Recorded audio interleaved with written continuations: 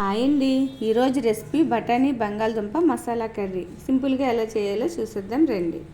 ముందుగా స్టవ్ పైన కుక్కర్ పెట్టి కొద్దిగా ఆయిల్ వేసి ఆయిల్ వేడెక్కాక ఆవాలు, జీలకర్ర, దాల్చిన చెక్క, లవంగాలు, మిరియాలు, బిర్యానీ ఆకు, ఎండుమిర్చి, కరివేపాకు, పచ్చిమిర్చి వేసి వేయించుకోవాలి.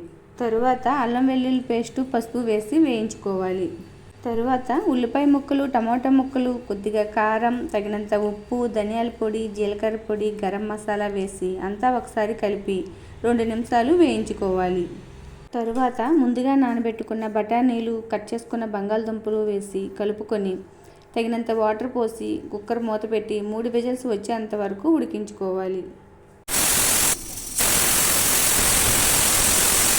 తరువాత కుక్కర్ మూత తీసి అంతా ఒకసారి కలుపుకోవాలి. చివరిలో కొద్దిగా కొత్తిమీర వేసుకొని కలుపుకోవాలి.